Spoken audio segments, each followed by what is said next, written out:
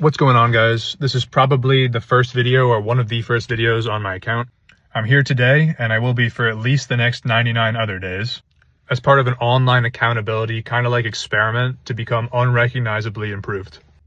And the reason I'm doing all this big catalyst came from my girlfriend of 5 years deciding that she was not going to continue with us, and basically something that was a sure marriage, talked to her parents about it, she was telling me all the time to get married, is fully done. It just got 180'd and she buried my existence within 2 weeks. She's already moved on, and it basically catalyzed me to take a step to aggressively improve myself. And that's where the account was born of Unrecognizably Improved.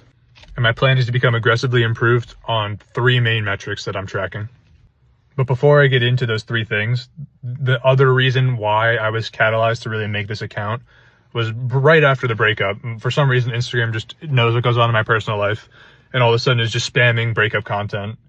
I noticed in the comments of those videos that everyone seems to be suffering the same way, where they don't know what to do. They feel super alone, they feel super depressed, and they just want to curl up and die.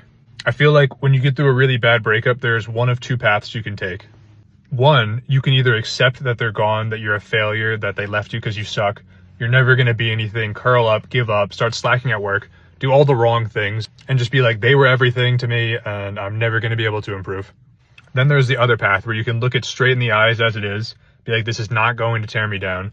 They made a mistake. I'm going to improve on every metric I can to be the best person I can, and I have no excuse not to. And I'm going to push myself harder than ever before to become the best version of myself. So yeah, for me, those 3 key metrics are going to be, first one is becoming more attractive than I ever have been. So not just on looks, but also more on how I get my thoughts across, how clearly I speak, how much of a just overall gentleman I am.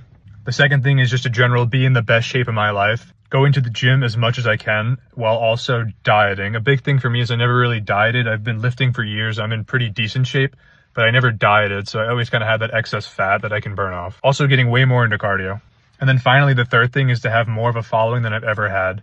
Now, it's entirely possible that by day 100, I have 50 followers, and 48 of them are people that I know from my hometown, and one of them was probably my ex being sent a video. That is entirely possible, but what I will say is if I stuck to my plan, executed the blueprint, did everything I could, by day 100, I would be able to check off the other 2 metrics without a problem. And that's a win in my book. So with that said, if you're heartbroken, or want to better yourself, or heartbroken and want to better yourself, or you're just interested in the plot of the story on how I'm actually going to improve as much as possible in these 100 days, at a minimum, or throw me a follow and we'll see what happens over these next 100 days. I'll be back tomorrow.